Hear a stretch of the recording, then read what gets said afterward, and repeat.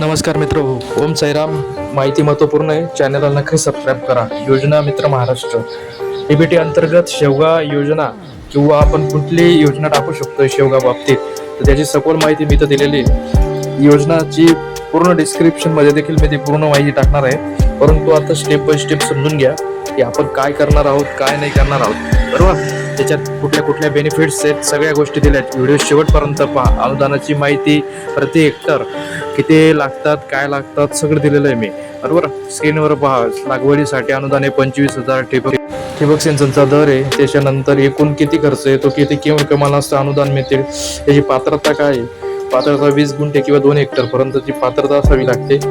त्याच्यात शेवगा लागवडीमध्ये कुठल्या कुठल्या पद्धतीने आपण अर्ज करू शकतोय, लागवड साहित्य असेल, वाण कोणतं वापरायचं, त्याच्यानंतर प्रति हेक्टर कोणती रोपे लावे लागतात, याविषयी देखील सखोल माहिती आपल्याला या व्हिडिओमध्ये दिसते. स्क्रीनवर मी सगळं दाखवतोय, बरोबर.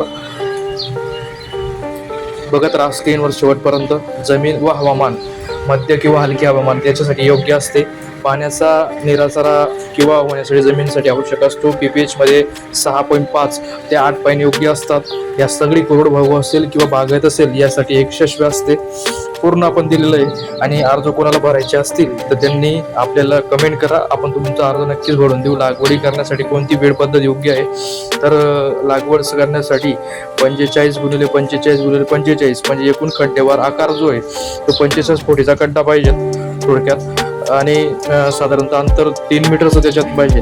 त्याच्यात खत म्हणजे प्रति हेक्टरी आपण 10 टनाचं शेतखत आपण त्याच्यात वापरू शकतो. एक शेतखत म्हणजे ऑर्गॅनिक असं खत आपण त्याला म्हणतो. रासायनिक खत शक्यतो वापरू नका.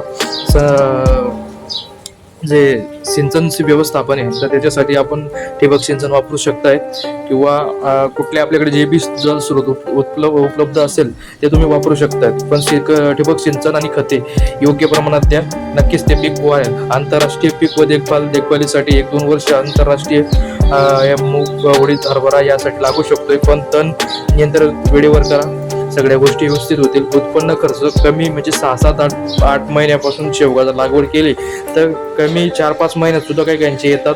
आणि कमी खर्चात चांगलं उत्पन्न देणारे हे पीक आहे. आवश्यक कागदपत्र आधार कार्ड, 7/12 बँक पासबुक, पाण्याचे बिल किंवा इतर काही गोष्टी देऊ शकतात. मोबाईल नंबर द्या.